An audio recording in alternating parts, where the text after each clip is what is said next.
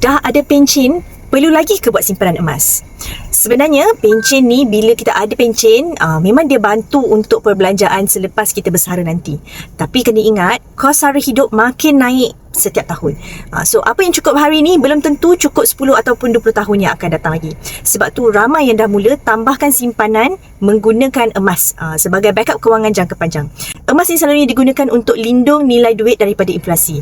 Selain tu, emas juga mudah dicairkan bila ada emergency ataupun keperluan besar yang memerlukan untuk kita bayar.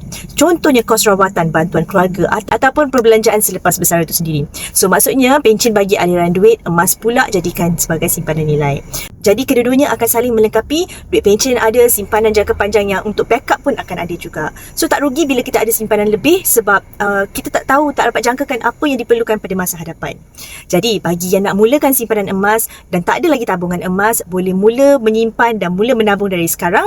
Cara dia sangat-sangat simple. Boleh klik dekat link di profil saya.